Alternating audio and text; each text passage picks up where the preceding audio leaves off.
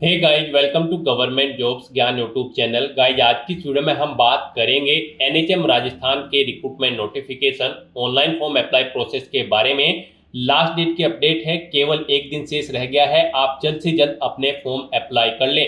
जी हाँ दोस्तों, एनएचएम राजस्थान के अंतर्गत 13,398 community health officer, staff nurse, MTS और अन्य पदों के लिए नोटिफिकेशन रिलीज किया था। कैसे आप इस भर्ती में पार्टिसिपेट करने के लिए अपने फॉर्म अप्लाई कर सकते हो बिना कोई मिस्टेक किए हुए, इसकी पूरी जानकारी हम आपको स्टेप बाय स्टेप रजिस्ट्रेशन से लेकर प्रिंट तक इस वीडियो में देंगे।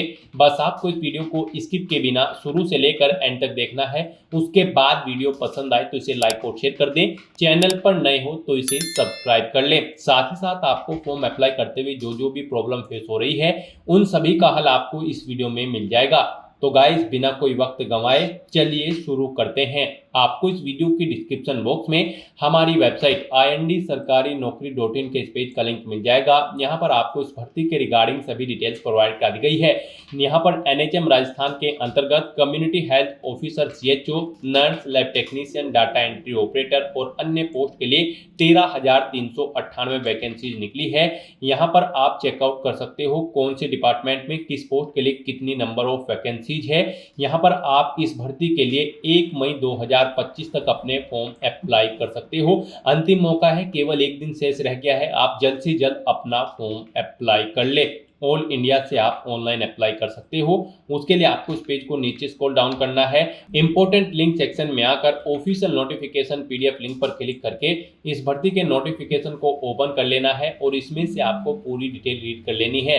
यहाँ पर आपको सभी डिटेल्स प्रोवाइड कर दी गई है, जैसे कि क्या पोस्ट का नाम है, कितनी उसके लिए नंबर ऑफ वैकेंसीज है, कौन सी कैटेगरी के लिए कितनी वैकेंसीज है, कैसे आप अप्लाई कर सकते हो और कब से कब तक आप अप्लाई कर सकते हो। पूरी जानकारी यहाँ पर आपको इस नोटिफिकेशन में दे दी गई है। आप सभी डिटेल्स यहां से रीड आउट करें, उसके बाद अपने फॉर्म अप्लाई कर लें। फॉर्म अप्लाई करने के लिए भी आपको हमारी वेबसाइट के इसी पेज पर ही अप्लाई ऑनलाइन का लिंक दिया गया है। जैसे ही आप इस लिंक पर क्लिक करेंगे तो आपके सामने यहाँ पर राजस्थान सिंगल साइन ऑन का ये ऑफिशियल पोर्टल ओपन होगा। गाइस, यहाँ पर अगर आपने पहले से रजिस्ट्रेशन कर रखा है तो आपको अपनी लॉगिन आईडी, SSO आईडी या फिर यूजर नेम एंटर करना है। अपना पासवर्ड आपको एंटर करना है। ये कैप्चा कोड आपको यहाँ पर एंटर करना है और लॉगिन की स्टेप पर क्लिक करके अपने डैशबोर्ड में लॉगिन कर लेना है और फिर वहां से आपको अपना फॉर्म अप्लाई कर लेना है। और अगर आप यहाँ पर अपनी SSO आईडी भूल चुके हैं तो यहाँ पर forgot my digital identity SSO ID के सामने क्लिक करके इस लिंक पर क्लिक करें और अपनी SSO आईडी गेट कर लें। पासवर्ड भूल चुके हैं तो यहाँ पर भी आप क्लिक करें आई फॉरगॉट माई पासवर्ड के सामने क्लिक करें लिंक पर और अपना पासवर्ड यहाँ पर आप गेट कर लें। और गाइस, अगर आप इस भर्ती के लिए फर्स्ट टाइम अप्लाई करने जा रहे हो, यानी कि राजस्थान सिंगल साइन ऑन के इस पोर्टल के थ्रू आप किसी भी भर्ती के लिए फर्स्ट टाइम अप्लाई करने जा रहे हो, तो सबसे पहले यहाँ पर आपको अपना रजिस्ट्रेशन करना होगा, वन टाइम रजिस्ट्रेशन। उसके लिए यहाँ पर आपको रजिस्ट्रेशन की स्टेप पर क्लिक करना है। उसके बाद आपके सामने रजिस्ट्रेशन का इंटरफेस ओपन हो जाएगा।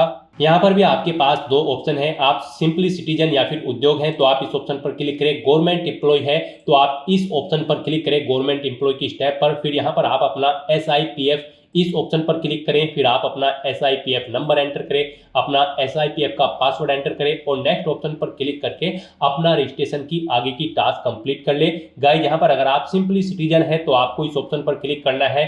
फिर यहाँ पर आपको रजिस्ट्रेशन करने के लिए दो ऑप्शन मिलेंगे। आप यहाँ पर जन आधार और गूगल के थ्रू अपना रजिस्ट्रेशन कर सकते हो। जन आधार के थ्रू केवल राजस्थान रेजिडेंट के कैंडिडेट ही अपना रजिस्ट्रेशन कर सकते हैं और गूगल के थ्रू यहाँ पर राजस्थान के साथ साथ सभी स्टेट के कैंडिडेट अपना वन टाइम रजिस्ट्रेशन कर सकते हैं। तो यहाँ पर आपको गूगल के इस ऑप्शन पर क्लिक करना है। उसके बाद आपके सामने कुछ इस तरह से इंटरफेस ओपन होगा। अब यहाँ पर आपको अपनी जीमेल आईडी एंटर करनी है और फिर आपको नेक्स्ट के इस ऑप्शन पर क्लिक कर देना है। उसके बाद यहाँ पर आपको कंटिन्यू की स्टेप पर क्लिक करना है। नेक्स्ट आपके सामने कुछ इस तरह से इंटरफेस होगा। आपकी ईमेल आईडी के शुरू के कैरेक्टर को यहाँ पर आपका SSO आईडी या फिर यूजर नेम सेट कर दिया गया है SSO की तरफ से। अगर इसमें आप चेंज करना चाहते हैं तो आप अपने अकॉर्डिंग ABCDXYZ कुछ भी आप इसमें चेंज कर सकते हो। और फिर यहाँ पर अगर ये ग्रीन कलर में है तो यानी कि ये यूजर नेम अवेलेबल है, और अगर ये रेड कलर में होगा और यहाँ पर क्रॉस का निशान होगा तो फिर ये अवेलेबल नहीं होगा। आपको उसमें कुछ चेंज करना होगा और अपने अकॉर्डिंग यहाँ पर आपको अपना यूजर नेम सेट कर लेना है। उसके बाद यहाँ पर आपको अपना पासवर्ड एंटर करना है। गाइस यहाँ पर आपका पासवर्ड 8 से 30 कैरेक्टर के बीच में होना चाहिए। यहाँ पर आपको पासवर्ड की गाइडलाइन दी गई है। इस गाइडलाइन के अकॉर्डिंग आपको अपना पासवर्ड यहाँ पर रेडी करना है। आपको कुछ इस फॉर्मेट में अपना पासवर्ड यहाँ पर रेडी करना है। मीन्स आपका पासवर्ड यहाँ पर अल्फा न्यूमेरिक फॉर्मेट में होना चाहिए। आपके पासवर्ड में कम से कम एक अपर केस कैरेक्टर, एक लोअर केस कैरेक्टर, एक इंटीजर नंबर और एक स्पेशल कैरेक्टर जैसे कि @ या फिर डॉलर होना चाहिए। तो इस फॉर्मेट में यहाँ पर आपको अपना पासवर्ड सेट करना है। वही पासवर्ड आपको कंफर्म पासवर्ड फील्ड में एंटर करना है। उसके बाद यहाँ पर आपको अपना मोबाइल नंबर एंटर करना है। फिर आपको इसे नीचे स्क्रॉल डाउन करना है। फिर यहाँ पर आपको अपना मोबाइल नंबर एंटर करना है या फिर ईमेल आईडी एंटर करनी है। और उसके बाद गाइस यहाँ पर आपको रजिस्टर की इस टैब पर क्लिक कर देना है। इस तरह से यहाँ पर आपका रजिस्ट्रेशन सक्सेसफुली कंप्लीट हो जाएगा। आपको एक यूजर आईडी और पासवर्ड आपके रजिस्टर्ड मोबाइल नंबर पर सबमिट कर दिया गया है। आपको उसे केयरफुली नोट डाउन करके रख लेना है फ्यूचर यूज के लिए। और यहाँ पर अब आपको ओके के इस बटन पर क्लिक करना है। नेक्स्ट आपके सामने कुछ इस तरह से इंटरफेस ओपन होगा। गाइस यहाँ पर अब आपको अपनी SSO आईडी या फिर यूजर नेम एंटर करना है। उसके बाद आपको अपना पासवर्ड एंटर करना है जो आपके मोबाइल नंबर पर आया है या फिर आपने जो क्रिएट किया है। उसके बाद आपको ये कैप्चा कोड यहाँ पर एंटर करना है और फिर आपको यहाँ पर लॉगिन की इस टैब पर क्लिक कर देना है। और गाइस यहाँ पर अगर आप अपनी SSO आईडी भूल गए हैं या फिर पासवर्ड भूल गए हैं तो यहाँ पर आप I forget my digital identity SSO ID के सामने क्लिक हियर के इस लिंक पर क्लिक करें और फिर यहाँ पर आप अपनी बेसिक डिटेल्स प्रोवाइड कराते हुए अपनी SSO आईडी गेट कर लें। पासवर्ड भूल चुके हैं तो उसके लिए भी आप क्लिक हियर के इस लिंक पर क्लिक करके अपना पासवर्ड गेट कर सकते हैं। अगर मल्टीपल SSO आईडी है तो आप क्लिक हियर टू मर्ज इस ऑप्शन पर क्लिक करके अपनी SSO आईडी यहाँ पर मर्ज कर सकते हैं। तो बस यहाँ पर अब आपको अपनी यूजर आईडी और पासवर्ड एंटर करके और ये कैप्चा कोड एंटर करके अपने डैशबोर्ड में लॉगिन करना है। नेक्स्ट आपके सामने कुछ इस तरह से इंटरफेस ओपन होगा। गाइस यहाँ पर अब आपको अपनी प्रोफाइल अपडेट करनी है। सबसे पहले यहाँ पर अगर आप अपना फोटो ऐड करना चाहते हैं तो आप इस फोटो पर क्लिक करें। फिर यहाँ पर आप इस फोटो पर क्लिक करें। उसके बाद यहाँ पर आप इस ऑप्शन पर क्लिक करें और अपना फोटो सिलेक्ट करके यहाँ पर आप उसे अपडेट कर सकते हैं। अपना प्रोफाइल फोटो यानी कि आप यहाँ पर सेट कर सकते हो। उसके बाद यहाँ पर आप अपना फर्स्ट नेम चेंज करना चाहते हैं तो इसे आप चेंज कर सकते हैं। लास्ट नेम चेंज करना चाहते हैं तो इसे आप चेंज कर सकते हैं। उसके बाद यहाँ पर आपका जो डिस्प्ले नेम, आपकी प्रोफाइल का जो डिस्प्ले नेम होगा वो यहाँ पर आप एंटर कर दें। इसे आप अपने अकॉर्डिंग यहाँ पर सेट कर सकते हैं। फिर यहाँ पर आपको अपनी डेट ऑफ बर्थ इस कैलेंडर में से सिलेक्ट कर लेनी है। उसके बाद यहाँ पर आपको अपना जेंडर सिलेक्ट करना है, आप मेल हो, फीमेल हो या फिर ट्रांसजेंडर या फिर अदर। उसके बाद यहाँ पर आपको अपना मोबाइल नंबर एंटर करना है। यहाँ पर आप इस ऑप्शन पर क्लिक करें, अपना मोबाइल नंबर एंटर करें और फिर आप सेंड OTP ऑप्शन पर क्लिक करें। उसके बाद आपके रजिस्टर्ड मोबाइल नंबर पर एक OTP जाएगा। वो OTP आपको यहाँ पर वेरीफाई करना है। तो यहाँ पर आपको अपना OTP एंटर करना है जो आपके मोबाइल नंबर पर आया है और उसके बाद आपको यहाँ पर वैलिडेट OTP के इस ऑप्शन पर क्लिक करके अपना मोबाइल नंबर यहाँ पर वेरीफाई कर लेना है। फिर यहाँ पर अगर आपके पास कोई लैंडलाइन नंबर है तो आप एंटर कर सकते हैं, नहीं है तो आप इस कॉलम को खाली छोड़ दें। फिर यहाँ पर आपको अपना एड्रेस एंटर करना है। उसके बाद आपको अपना पोस्टल कोड देना है, अपनी सिटी या फिर डिस्ट्रिक्ट यहाँ पर आप एंटर करें। और गाइस यहाँ पर उसके बाद आप अपना स्टेट सिलेक्ट कर लें, जिस स्टेट से आप बिलोंग करते हैं। उसके बाद अगर आप राजस्थान स्टेट के कैंडिडेट हैं तो आप अपनी जन आधार आईडी या फिर इनरोलमेंट आईडी यहाँ पर एंटर करें। आप इस ऑप्शन पर क्लिक करें, अपनी जन आधार आईडी या फिर इनरोलमेंट आईडी यहाँ पर एंटर करें और फैच मेंबर्स ऑप्शन पर क्लिक करके अपनी डिटेल यहाँ पर फैच कर ले। फिर यहाँ पर अगर आप राजस्थान स्टेट के कैंडिडेट हैं तो यहाँ पर आपको अपना संस्था आधार नंबर एंटर करना है। आप इस ऑप्शन पर क्लिक करें, अपना संस्था आधार नंबर एंटर करें, सेंड OTP ऑप्शन पर क्लिक करें। आपके मोबाइल नंबर पर एक OTP आएगा जो आपके संस्था आधार नंबर से लिंक है। वो OTP आप यहाँ पर एंटर करके उसे वेरीफाई कर लें। और उसके बाद गाइस यहाँ पर आप अपडेट के इस बटन पर क्लिक करके अपने प्रोफाइल की सभी डिटेल्स यहाँ पर अपडेट कर दें। इस तरह से यहाँ पर आपकी SSO की जो प्रोफाइल है वो सक्सेसफुली अपडेट हो चुकी है। अब यहाँ पर आप ओके के बटन पर क्लिक करें। नेक्स्ट आपके सामने यहाँ पर कुछ इस तरह से इंटरफेस ओपन होगा। अब यहाँ पर आपको रिक्रूटमेंट पोर्टल सर्च करना है। आप Ctrl+F यहाँ पर प्रेस करें, REC एंटर करें। उसके बाद यहाँ पर आपको रिक्रूटमेंट पोर्टल का ये ऑप्शन मिलेगा। आप इस लिंक पर क्लिक कर दें। नेक्स्ट आपके सामने कुछ इस तरह से इंटरफेस ओपन होगा। अब यहाँ पर आने के बाद आपको वन टाइम रजिस्ट्रेशन के इस लिंक पर क्लिक करना है। उसके बाद आपके सामने यहाँ पर कुछ इस तरह से इंटरफेस ओपन होगा। अब यहाँ पर आपको अपने वन टाइम रजिस्ट्रेशन की डिटेल प्रोवाइड करनी है। अब यहाँ पर आपसे सबसे पहले पूछा गया है कि क्या आप राजस्थान स्टेट के निवासी हैं, अगर हैं तो यस करें और फिर यहाँ पर आप अपनी जन आधार या फिर एक्नॉलेजमेंट आईडी एंटर करके फैच मेंबर ऑप्शन पर क्लिक करें और अपनी डिटेल यहाँ पर फैच कर ले। और अगर आप राजस्थान के निवासी नहीं हैं तो यहाँ पर आपको नो ऑप्शन सेलेक्ट करना है। उसके बाद यहाँ पर आपको अपना आधार नंबर एंटर करना है और फिर यहाँ पर आपको एग्री की स्टेप पर क्लिक कर देना है। उसके बाद यहाँ पर आपके सामने कुछ इस तरह से पॉपअप शो होगा। यहाँ पर आपसे पूछा गया है कि क्या आप राज्य भर्ती पोर्टल को एक बार पंजीकरण यानी कि OTR के लिए मेरे आधार विवरण, नाम, पिता का नाम, लिंग और जन्म दिनांक का उपयोग करने की अनुमति प्रदान करते हो या फिर करती हो। तो आपको इस चेकबॉक्स को ओके करना है और फिर आपको सेंड OTP के इस ऑप्शन पर क्लिक कर देना है। फिर आपके सामने कुछ इस तरह से इंटरफेस ओपन होगा। अब यहाँ पर आपको अपना आधार वेरीफाई करना है। उसके लिए आपको यहाँ पर इस चेकबॉक्स को ओके करना है और फिर आपको OTP भेजें इस ऑप्शन पर क्लिक कर देना है। उसके बाद यहाँ पर आपके रजिस्टर्ड मोबाइल नंबर पर एक OTP आएगा। उस मोबाइल नंबर पर जिससे आपका आधार लिंक है वो OTP आप यहाँ पर एंटर करें और फिर आप प्रमाणीकरण करें इस ऑप्शन पर आप क्लिक कर दें। इस तरह से यहाँ पर आपका आधार वेरीफाई हो जाएगा और आपकी जो डिटेल्स है वो यहाँ पर आपके आधार से फैच करके फिल कर दी गई है, जैसे कि आपका नाम, आपका जेंडर, आपके फादर का नाम, आपकी डेट ऑफ बर्थ। अब यहाँ पर आपको अपना मोबाइल नंबर एंटर करना है और फिर यहाँ पर आपको gate email from SSO profile इस ऑप्शन पर क्लिक करके अपनी ईमेल आईडी को यहाँ पर फैच कर लेना है। जो आपने रजिस्ट्रेशन टाइम पर अपनी ईमेल आईडी एंटर की थी वो यहाँ पर फैच होके आ जाएगी। फिर यहाँ पर आपको वेरीफाई OTR आपको इस ऑप्शन पर क्लिक कर देना है।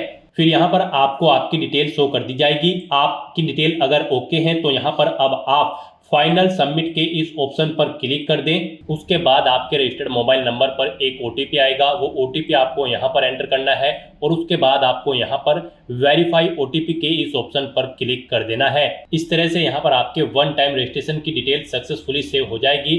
आपको एक रजिस्ट्रेशन नंबर यहाँ पर प्रोवाइड कर दिया गया है, वन टाइम रजिस्ट्रेशन नंबर। आपको इसे केयरफुली नोट डाउन करके रख लेना है फ्यूचर यूज के लिए। और यहाँ पर अब आपको ओके के इस बटन पर क्लिक करना है। फिर आपको आपके OTR के इसी इंटरफेस पर आपको रिडायरेक्ट कर दिया जाएगा। यहाँ पर आपकी OTR की सभी डिटेल्स वेरीफाई हो चुकी है। आपको एक रजिस्ट्रेशन नंबर जो वहां पर दिया गया था वो रजिस्ट्रेशन नंबर यहाँ पर भी शो कर दिया गया है। आपको इसे केयरफुली नोट डाउन करके रख लेना है फ्यूचर यूज के लिए। अब गाइस यहाँ पर आपको अपना फीस पेमेंट करना है। नेक्स्ट स्टेप आपका फीस पेमेंट का होगा। उसके लिए आपको यहाँ पर पे फीस की स्टेप पर क्लिक करना है। उसके बाद आपके सामने यहाँ पर कुछ इस तरह से पॉपअप शो होगा। अब यहाँ पर आपसे पूछा गया कि क्या आप राजस्थान स्टेट के कैंडिडेट हैं, अगर हैं तो यस करें और फिर यहाँ पर आप अपनी कैटेगरी सिलेक्ट करें। आप रिजर्व कैटेगरी के अंतर्गत आते हो या फिर अनरिजर्व के, आप अपने अकॉर्डिंग ऑप्शन सेलेक्ट करें। और अगर आप राजस्थान स्टेट के कैंडिडेट नहीं हैं तो यहाँ पर आप नो ऑप्शन सेलेक्ट करें। फिर यहाँ पर केवल अनरिजर्व कैटेगरी कैंडिडेट ही अप्लाई कर सकते हैं अगर आप राजस्थान स्टेट से बाहर के कैंडिडेट हैं। उसके बाद यहाँ पर आपसे पूछा गया कि क्या आप स्पेशली एबल्ड कैंडिडेट हैं, अगर हैं तो आप यहाँ पर यस ऑप्शन सेलेक्ट करें। उसके बाद यहाँ पर आपको 400 रुपये फीस के रूप में जमा कराने होंगे। और अगर आप स्पेशली एबल्ड कैंडिडेट नहीं हैं तो यहाँ पर आपको नो ऑप्शन सेलेक्ट करना है। फिर यहाँ पर आपको 600 रुपये एप्लीकेशन फीस के रूप में जमा कराने होंगे। तो इस तरह से आपको आपकी कैटेगरी के अकॉर्डिंग यहाँ पर फीस का अमाउंट शो कर दिया जाएगा। गाइस हम यहाँ पर आपको एक बार फिर से बता दें, अगर आप यहाँ पर वन टाइम रजिस्ट्रेशन करने जा रहे हो, अगर आप अनरिजर्व कैटेगरी से बिलोंग करते हो तो फिर आपको 600 रुपये फीस जमा करानी है। रिजर्व कैटेगरी के अंतर्गत आते हो तो फिर आपको 400 रुपये फीस के रूप में जमा कराने होंगे। ये अमाउंट आपको सिर्फ एक बार जमा कराना है। उसके बाद SSO के पोर्टल से जितनी भी भर्तियां निकलेगी, जितनी भी भर्तियों के लिए आप अप्लाई करोगे, फिर आपको कोई शुल्क जमा नहीं कराना है। ये वन टाइम फीस है। आप एक बार फीस जमा करा के फिर यहाँ पर SSO की इस वेबसाइट के थ्रू मल्टीपल जॉब्स के लिए आप अप्लाई कर सकते हो। तो यहाँ पर अब आपको आपकी कैटेगरी के अकॉर्डिंग अमाउंट शो कर दिया जाएगा। उसके बाद यहाँ पर आपको पे फीस के इस ऑप्शन पर क्लिक करना है, फिर आपको ओके करना है।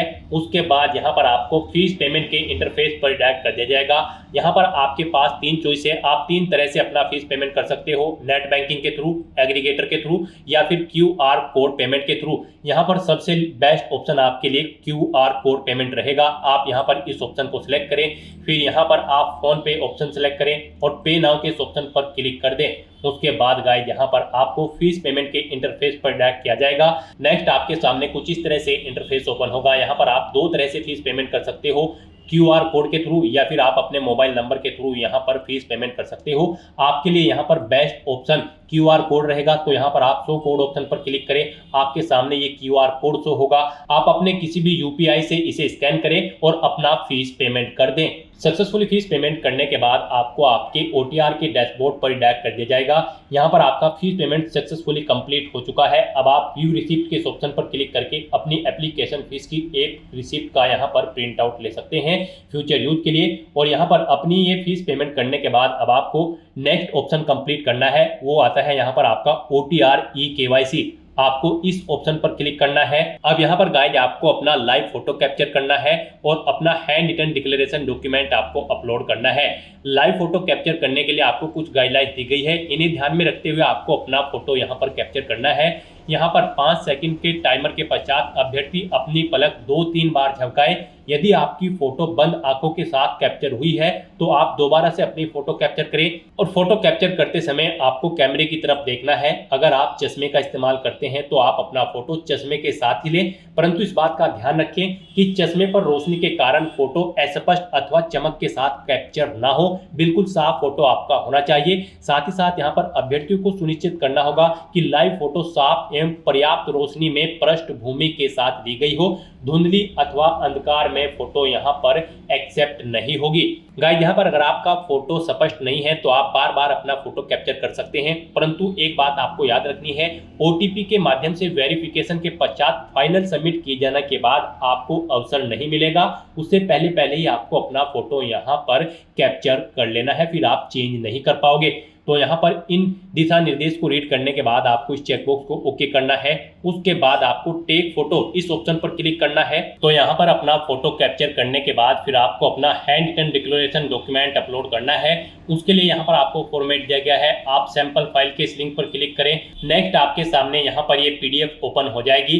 गाइस यहाँ पर आपको इस PDF का एक हार्ड कॉपी प्रिंट आउट ले लेना है और उसके बाद आपको उस हार्ड कॉपी प्रिंट आउट पर अपना नाम मेंशन करना है, अपने फादर का नाम मेंशन करना है, अपनी डेट ऑफ बर्थ देनी है, यहाँ पर आपको अपने हस्ताक्षर करने हैं और उसके बाद आपको ये कंप्लीट डाटा फिर यहाँ पर मेंशन कर देना है अपने हाथ से ब्लू इंक पेन से। और उसके बाद यहाँ पर आपको अपने सिग्नेचर कर देने हैं। फिर ऐसे ही आपको यहाँ पर इंग्लिश में भी अपनी राइटिंग देनी है। उसके लिए यहाँ पर आपको इंग्लिश का परफॉर्मा दिया गया है। यहाँ पर भी आने के बाद आपको फिर अपना नाम एंटर करना है इंग्लिश में, अपने फादर का नाम एंटर करना है इंग्लिश में, अपनी डेट ऑफ बर्थ देनी है और फिर यहाँ पर आपको अपने सिग्नेचर करने हैं। और उसके बाद आपको ये कंप्लीट डाटा फिर अपने हैंड से ब्लू इंक पेन से आपको फिर दोबारा से इंग्लिश में यहाँ पर राइट कर देना है। उसके बाद गाइस यहाँ पर आपको अपनी SSO ID एंटर करनी है। अपना OTR वन टाइम रजिस्ट्रेशन का जो नंबर आपको मिला है वो रजिस्ट्रेशन नंबर यहाँ पर आपको एंटर करना है। अपना परमानेंट एड्रेस आपको यहाँ पर मेंशन कर देना है और यहाँ पर आपको अपने सिग्नेचर कर देने हैं। इस तरह से आपको अपना ये हैंड रिटन डिक्लेरेशन डॉक्यूमेंट तैयार कर लेना है और फिर इसका आपको फोटो खींचकर अपने कंप्यूटर में सेव कर लेना है, यानी कि इसकी एक सॉफ्ट कॉपी। और फिर आपको अपना वो डॉक्यूमेंट यहाँ पर अपलोड करना होगा। यहाँ पर आपका ये डॉक्यूमेंट PDF फॉर्मेट में होना चाहिए। साइज उसका 100 से 200 KB के बीच में होना चाहिए। तो यहाँ पर आपको चूज फाइल बटन पर क्लिक करना है, फाइल को सिलेक्ट करना है और अपना ये हैंड रिटन डिक्लेरेशन डॉक्यूमेंट यहाँ पर अपलोड कर देना है। गाइस हम आपको सैंपल के तौर पर दिखा रहे हैं। कुछ इस तरह से यहाँ पर आपको अपना हैंड रिटन डिक्लेरेशन डॉक्यूमेंट तैयार करना है और फिर इसे आपको अपलोड कर देना है। अपना फोटो अपलोड करने के बाद और हैंड रिटन डिक्लेरेशन अपलोड करने के बाद अब आपको सबमिट eKYC की इस टैब पर क्लिक करना है। उसके बाद में आपको इन चेक बॉक्सेस को ओके करना है और सेंड OTP की टैब पर क्लिक कर देना है। एक OTP आपके मोबाइल नंबर और ईमेल एड्रेस पर सबमिट किया गया है।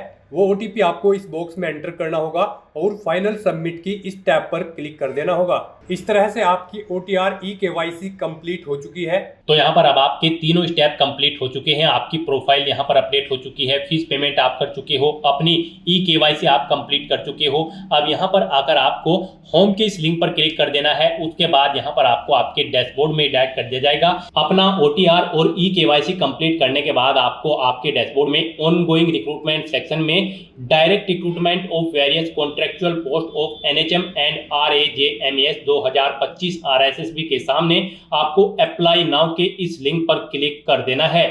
उसके बाद आपके सामने यहाँ पर कुछ इस तरह से इंटरफेस ओपन होगा। अब यहाँ पर आपको सभी पोस्ट शो कर दी गई हैं। आप जिस भी पोस्ट के लिए अप्लाई करना चाहते हैं उसके लिए आप अप्लाई कर सकते हो। यहाँ पर आपको contractual medical lab technician, nurse grade second, nursing trainer, nursing tutor, contractual physiotherapist assistant, social worker, accounts assistant, speech therapist, biomedical engineer, contractual block program officer, contractual community health officer CHO, आपको यहाँ पर सभी post के नाम show कर दिए गए हैं। आप जिस भी पोस्ट के लिए अप्लाई करना चाहते हैं उसके लिए आप अप्लाई कर सकते हैं। इन पोस्ट के अलावा यहाँ पर और भी पोस्ट है, आप पेज नंबर 2 या फिर नेक्स्ट के ऑप्शन पर क्लिक करके चेकआउट कर सकते हो। और भी यहाँ पर पोस्ट है compounder Ayurveda, data entry operator, female health worker, hospital administrator, pharma assistant, यहाँ से आप पोस्ट चेकआउट कर सकते हो। अब आप यहाँ पर जिस भी पोस्ट के लिए अप्लाई करना चाहते हैं उसके लिए अप्लाई कर सकते हो। हम यहाँ पर आपको नर्स ग्रेड सेकंड की पोस्ट के लिए अप्लाई करके दिखाएंगे। बाकी की सब पोस्ट के लिए भी सेम ऐसे ही अप्लाई होगा। तो यहाँ पर अब आपको जिस भी पोस्ट के लिए अप्लाई करना है उस पर क्लिक कर देना है। नेक्स्ट आपके सामने कुछ इस तरह से इंटरफेस ओपन होगा। यहाँ पर आपका OTR डाटा रिव्यू होगा, जो डिटेल्स आपने OTR में प्रोवाइड कराई है। यहाँ पर अगर आप अपडेट करना चाहते हैं तो अपडेट बटन पर क्लिक करके अपडेट कर सकते हैं, नहीं तो यहाँ पर अब आपको प्रोसीड के इस ऑप्शन पर क्लिक कर देना है। उसके बाद आपके सामने यहाँ पर कुछ इस तरह से इंटरफेस होगा। यहाँ पर आपको कुछ चीजें ऑटोमेटिकली फील्ड मिल जाएगी जो आपने रजिस्ट्रेशन टाइम पे प्रोवाइड कराई थी। अब यहाँ पर आपको अपनी मदर का नाम एंटर करना है। उसके बाद यहाँ पर आपको अपनी कैटेगरी सिलेक्ट कर लेनी है। फिर अगर आप विशेष दिव्यांगजन श्रेणी के अंतर्गत आते हैं तो अपनी श्रेणी यहाँ पर सिलेक्ट करें, नहीं आते हैं तो नॉट एप्लीकेबल ऑप्शन आप सिलेक्ट करें। फिर आप उप विशेष दिव्यांगजन श्रेणी यहाँ पर सिलेक्ट कर लें अगर आप दिव्यांगजन श्रेणी के अंतर्गत आते हैं। उसके बाद यहाँ पर आपको इस पेज को नीचे स्क्रॉल डाउन करना है। फिर यहाँ पर आपको अपना रिलीजन सेलेक्ट कर लेना है, अपना मैरिटल स्टेटस आपको यहाँ पर देना है। उसके बाद यहाँ पर अगर आप मैरिड हो तो आप अपने जीवन साथी का नाम यहाँ पर प्रोवाइड कराएंगे, नहीं है तो यह आपको डिसेबल कर दिया जाएगा। उसके बाद आपको अपने जीवित बालकों की संख्या यहाँ पर एंटर करनी है। अगर आप मैरिड हो, नहीं हो तो यहाँ पर आपको 00 मेंशन कर देना है। उसके बाद यहाँ पर आपको आपका मोबाइल नंबर ऑटोमेटिकली फिर मिल जाएगा। आप अपना व्हाट्सएप मोबाइल नंबर देना चाहे तो वो यहाँ पर एंटर कर दें। फिर यहाँ पर अगर आपके पास जन आधार ID है तो आप एंटर कर सकते हैं, नहीं है तो इस कॉलम को खाली छोड़ दें। उसके बाद आपसे पूछा गया है क्या आप राजस्थान के अनुसूचित क्षेत्र से संबंधित हैं, अगर हैं तो यस करेंगे, नहीं तो नो ऑप्शन सेलेक्ट करेंगे। ये यहाँ पर राजस्थान कैंडिडेट के लिए ही यस का ऑप्शन अवेलेबल होगा।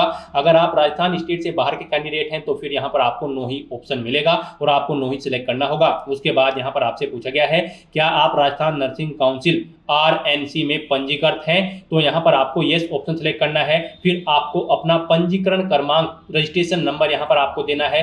पंजीकरण की तिथि आपको सेलेक्ट कर लेनी है। फिर आपको यहाँ पर इस पेज को नीचे स्क्रॉल डाउन करके अपना कोरोस्पोंडेंस एड्रेस एंटर करना है।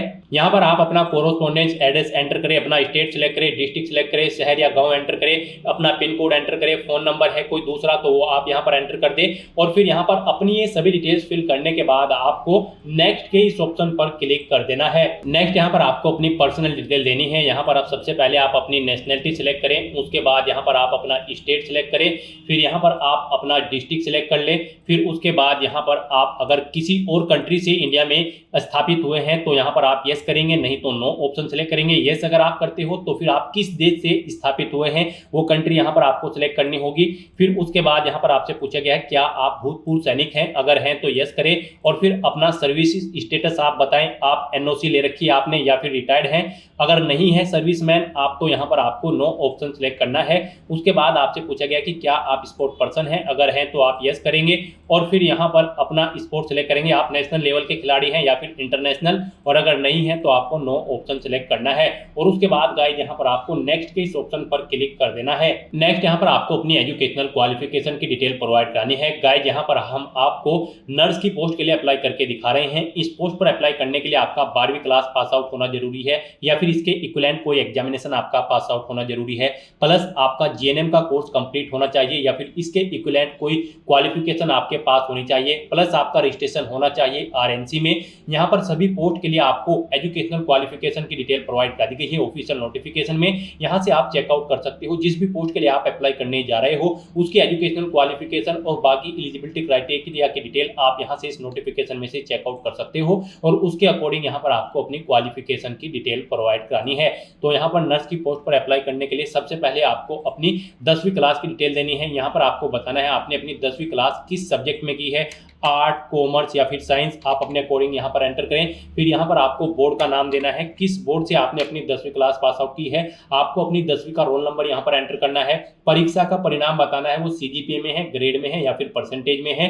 उसके बाद परीक्षा किस वर्ष आपने उत्तीर्ण की है, वो ईयर यहाँ पर आपको सिलेक्ट कर लेना है। कितने % मार्क्स आपने ऑब्टेन किए हैं वो आपको एंटर करने हैं। फिर यहाँ पर ऐसे ही आपको अपनी 12वीं क्लास की डिटेल प्रोवाइड करा देनी है। यहाँ पर आपको बताना है 12वीं क्लास आपने किस विषय समूह में पास आउट की है, कौन से बोर्ड से पास आउट की है, रोल नंबर देना है 12वीं का, बताना है रिजल्ट आपका सीजीपीए में, ग्रेड में या फिर परसेंटेज में है, किस ईयर में आपने पास आउट की है, ईयर सेलेक्ट करें, परसेंटेज यहाँ पर आप अपनी मेंशन करें कितने % मार्क्स आपने 12वीं में ऑब्टेन किए हैं। उसके बाद यहाँ पर नर्स की पोस्ट पर अप्लाई करने के लिए आपके पास जीएनएम या फिर इसके इक्विवेलेंट कोई क्वालिफिकेशन होनी जरूरी है। तो यहाँ पर आपको अपने जीएनएम कोर्स की डिटेल देनी है। यहाँ पर सबसे पहले आपको विशेष समूह में जीएनएम ही एंटर करना होगा। उसके बाद यहाँ पर आपको इंस्टीट्यूट या बोर्ड का नाम देना है जिससे आपने अपना जीएनएम का कोर्स कंप्लीट किया है, कॉलेज। उसके बाद यहाँ पर आपको अपना रोल नंबर एंटर करना है, जीएनएम का, परीक्षा का परिणाम बताना है, वो ग्रेड में है, सीजीपीए में है या फिर परसेंटेज में है। फिर किस ईयर आपने कंप्लीट किया है वो ईयर आपको सिलेक्ट कर लेना है। कितने % मार्क्स आपने ऑब्टेन किए हैं वो यहाँ पर आपको एंटर कर देने हैं। इसके बाद अगर आपके पास कोई और डिप्लोमा या फिर ग्रेजुएशन या पोस्ट ग्रेजुएशन या फिर कोई और अन्य क्वालिफिकेशन आपने कर रखी है तो उनकी डिटेल्स यहाँ पर आप 1 by 1 करके प्रोवाइड करा सकते हो, सेम ऐसे ही। उसके बाद अगर आपको यहाँ पर एक्सपीरियंस है तो यहाँ पर आप अपने एक्सपीरियंस की डिटेल प्रोवाइड कराएं। यहाँ पर आप यस ऑप्शन सेलेक्ट करें। उसके बाद यहाँ पर आपको नेम ऑफ एम्प्लॉयर अपना नाम देना है, डेजिग्नेशन देनी है, किस पद पर आप कार्यरत थे, नेचर ऑफ जॉब यहाँ पर आपको देना है, कब से कब तक आपने जॉब की है वो डेट आप यहाँ पर सिलेक्ट कर ले। इनके अकॉर्डिंग कैलकुलेट होकर आपके ईयर और मंथ यहाँ पर शो कर दिए जाएंगे कितने दिन का आपको एक्सपीरियंस है इन डेट्स के अकॉर्डिंग। फिर अगर आपको रोजगार का प्रकार पता है तो यहाँ पर आप बताएं आप कॉन्ट्रेक्चुअल बेसिस पर कार्यरत थे, इंटर्नशिप पर थे या प्रोबेशन पर थे या रेगुलर थे। आप अपने अकॉर्डिंग यहाँ से ऑप्शन सेलेक्ट करें और फिर आप ऐड के इस बटन पर क्लिक करके अपने एक्सपीरियंस की डिटेल यहाँ पर ऐड कर दें। और आपको अगर एक से ज्यादा जगह वर्किंग एक्सपीरियंस है तो जैसे ही आप ऐड के बटन पर क्लिक करेंगे सेम ऐसी ही रो एक और यहाँ पर ऐड हो जाएगी और उसमें आप अपने एक्सपीरियंस की डिटेल प्रोवाइड करा दें। और अगर आपका एक्सपीरियंस नहीं है तो यहाँ पर आप नो ऑप्शन सेलेक्ट करेंगे और उसके बाद गाइस यहाँ पर आप नेक्स्ट के इस ऑप्शन पर क्लिक कर देंगे।